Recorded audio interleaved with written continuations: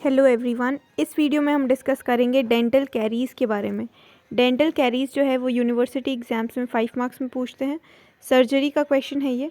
Start करते हैं। Definition क्या लिखी है? Dental Carey's is a microbial disease.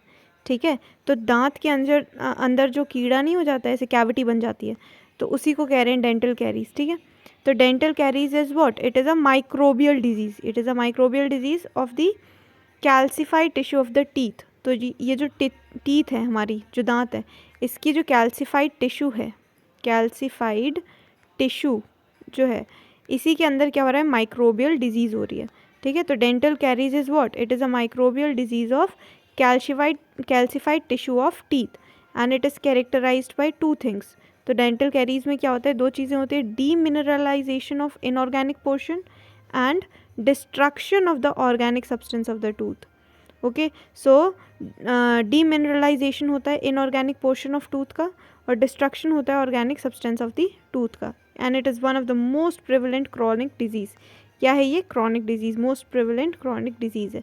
तो ये डेफिनेशन लिखी, it is a microbial disease of the calcified tissue of teeth which is characterized by demineralization of inorganic portion and destruction of the organic substance of the tooth and it is one of the most prevalent chronic disease. Incidence क्या लिखा है? Diet increase with utilization of refined food.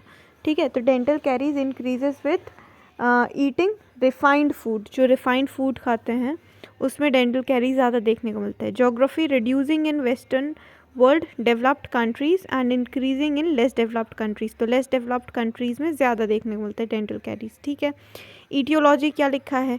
Aetiology क्या है? तो carries is a complex interaction.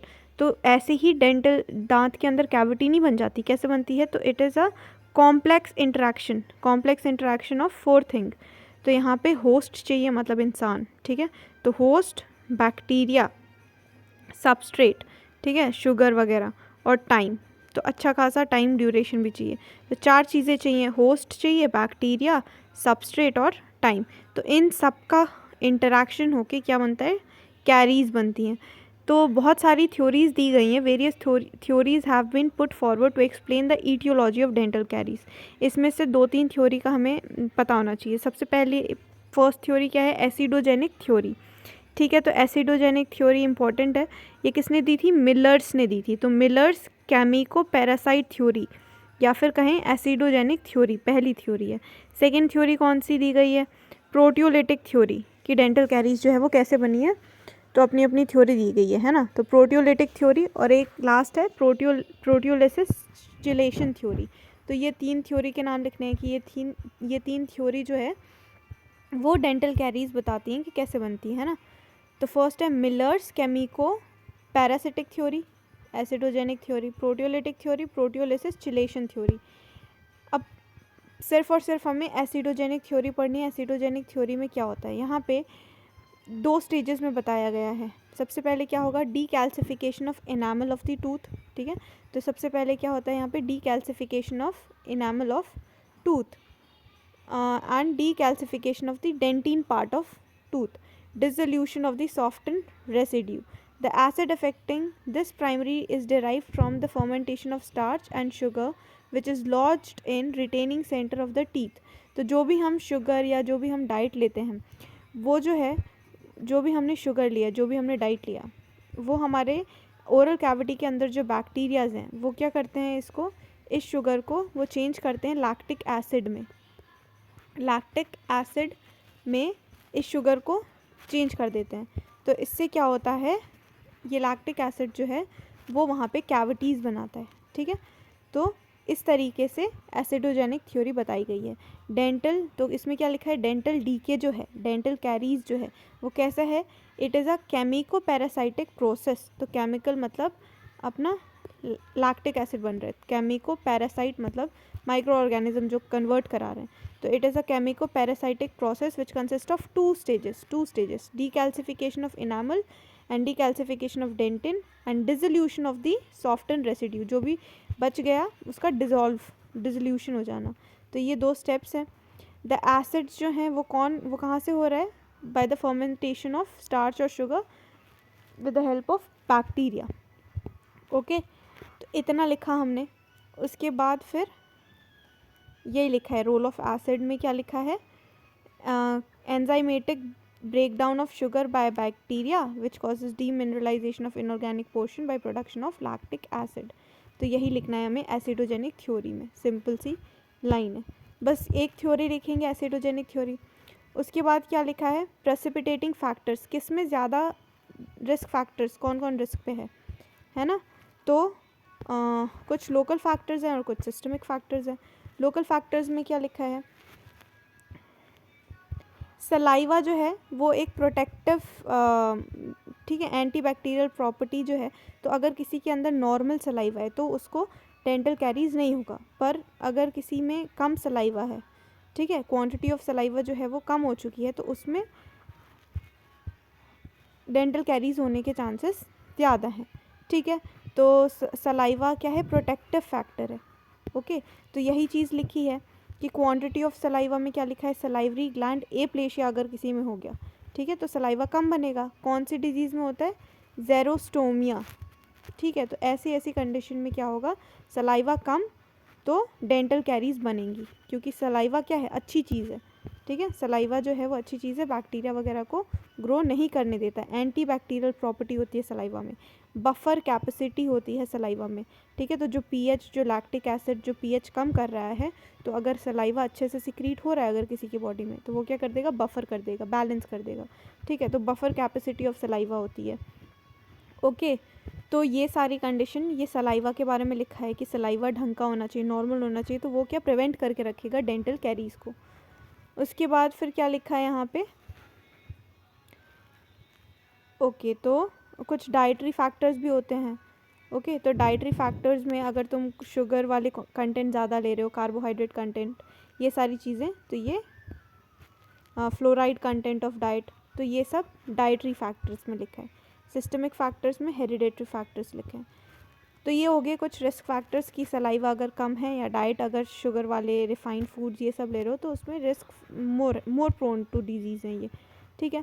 Classification क्या लिखा है dental caries में, तो according to location and according to severity, दो क्लासिफिकेशन दी है। अकॉर्डिंग टू लोकेशन में क्या लिखा है, एक तो पिट और फिशर्स में हो सकती है, या स्मूथ सरफेस, तो ये अगर टीथ है, ठीक है, तो या तो पिट फिशर्स में हो सकती है या फिर स्मूथ सरफेस हो सकती है, अकॉर्डिंग टू लोकेशन। तो यहाँ बन जाए अगर कैविटी, तो इसको क्या कहेंगे, पिट फिशर वाली डेंटल कैरीज है। और अगर स्मूथ सरफेस में हो रही है, यहाँ कहीं अगर कैविटी बन रही है, तो वो स्मूथ सरफेस कैरीज है। तो ये पहला क्लासिफिकेशन अकॉर्डिंग टू लोकेशन, ठीक है। दूसरा according to severity and rate of progression, इसमें क्या है, according to rate of progression, कैसे कैसे डिजीज़ जो है प्रोग्रेस कर रही है। तो इसमें एक्यूट हो सकता है, acute dental caries, chronic dental caries, और एक है रैम्पेंट कैरीज, ओके। तो रैम्पेंट कैरीज मतलब एकदम sudden rapid destruction of teeth, sudden rapid destruction of teeth affecting surfaces which are relatively free from caries. तो ये सब भी देखने को मिलता है। रैम्पेंट कैरीज मतलब एकदम से ही पूरा का पूरा टीथ जो है वो अचानक से पूरा डिस्ट्रक्शन हो गया उसका, और आसपास की हेल्दी टिश्यू का भी डिस्ट्रक्शन हो गया। तो ये कौन सी कंडीशन आएगी, ये रैम्पेंट कैरीज है। एक्यूट में यहाँ पे यंग एडल्ट और चिल्ड्रन में एक्यूट डेंटल कैरीज देखने को मिलता है, and because dentinal tubules are wide and show no sclerosis और रिपेरेटिव डेंटिन। तो क्योंकि यहाँ पे जो इनकी डेंटिन की ट्यूब्यूल्स हैं वो वाइड होती है और यहाँ पे रिपेरेटिव डेंटिन नहीं होता, ठीक है। तो एक्यूट डेंटल कैरीज इतना याद रखना है, यंग एडल्ट्स और चिल्ड्रन में देखने को मिलता है। और क्रॉनिक वाला जो है mostly affect pulp much later than in acute dental caries, ये मोस्ट कॉमन अकरिंग है, ठीक है। यहाँ पे पल्प जो है वो बहुत लेटर अफेक्ट होता है, जो टीथ का जो पल्प होता है ना, ये बीच वाला पोर्शन, ये टीथ का जो मेन पल्प होता है जहाँ पे नर्व्स ब्लड वेसल्स होती हैं, तो यहाँ पे क्रॉनिक डेंटल कैरीज में पल्प जो है वो बहुत ज़्यादा लेटर अफेक्ट होता है, ठीक है। So pain is not a very common feature of chronic dental caries. Nursing bottle caries भी है एक example. It affect deciduous teeth अगर अफेक्ट हो रही हैं, which is characterized by absence of caries in mandibular incisors. तो ये deciduous teeth जो हैं वहाँ पे डेंटल कैरीज होंगी, तो नर्सिंग बॉटल कैरीज हैं। तो ये चार टाइप हैं, एक्यूट डेंटल कैरीज, रैम्पेंट में sudden rapid destruction of teeth हो रहा है, नर्सिंग बॉटल कैरीज में डेसिडुअस टीथ इफेक्ट हो रहे हैं, क्रॉनिक के अंदर पल्प जो है वो बहुत लेटर इफेक्ट होता है, तो pain is not very common feature. उसके बाद रिकरेंट कैरीज मतलब it occur because of poor adaptation और रिस्टोरेशन, लीकी मार्जिन और इनएडिक्वेट एक्सकेवेशन, ठीक है। तो ड्यू टू पुअर एडाप्टेशन और रिस्टोरेशन तो बार बार कैरीज होती हैं, ठीक है। तो ये सारी चीज़ें लिखी हैं। बाकी अरेस्टेड कैरीज होता है, एक रेडिएशन कैरीज होता है। अब हिस्टोपैथोलॉजी ऑफ डेंटल कैरीज में क्या देखने को मिलेगा, pH less than 5, pH less than 5.5, ठीक है। एसिडिक pH जो है वो रिस्पॉन्सिबल है डेंटल कैरीज के लिए।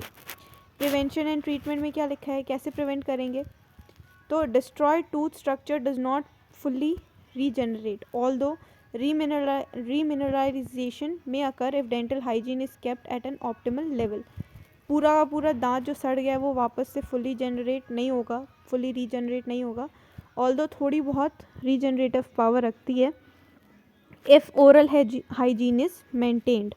यहाँ पे प्रिवेंशन क्या है, ओरल हाइजीन मेंटेन करके रखना, proper brushing and flossing daily, okay. Primary focus of brushing and flossing is to remove and prevent the formation of plaque formation जो है, प्लैक फॉर्मेशन इसको प्रिवेंट करना है ताकि डेंटल कैरीज ना हो। प्लैक फॉर्मेशन जो है इसको प्रिवेंट करना है। डाइटरी मॉडिफिकेशन में क्या लिखा है, शुगर इनटेक कम करना है, रिफाइंड फूड वाला खाना है उसको जो कम करना है, ये डाइटरी मॉडिफिकेशन। तो ये हो गया प्रिवेंशन के बारे में, इतना लिखना है। डेंटल कैरीज में डेफिनेशन लिखना है, इंसिडेंस, फिर ईटियोलॉजी, उसके बाद फिर क्या लिखना है, एसिडोजेनिक थ्योरी लिखनी है, फिर लोकल फैक्टर्स में सलाइवा वगैरह बता देना, क्लासिफिकेशन बताना according to location, according to rate of progression, फिर pH बताना है, प्रिवेंशन और डाइटरी मॉडिफिकेशन। तो ये हो गया हमारा 5 मार्क्स का क्वेश्चन डेंटल कैरीज के बारे में।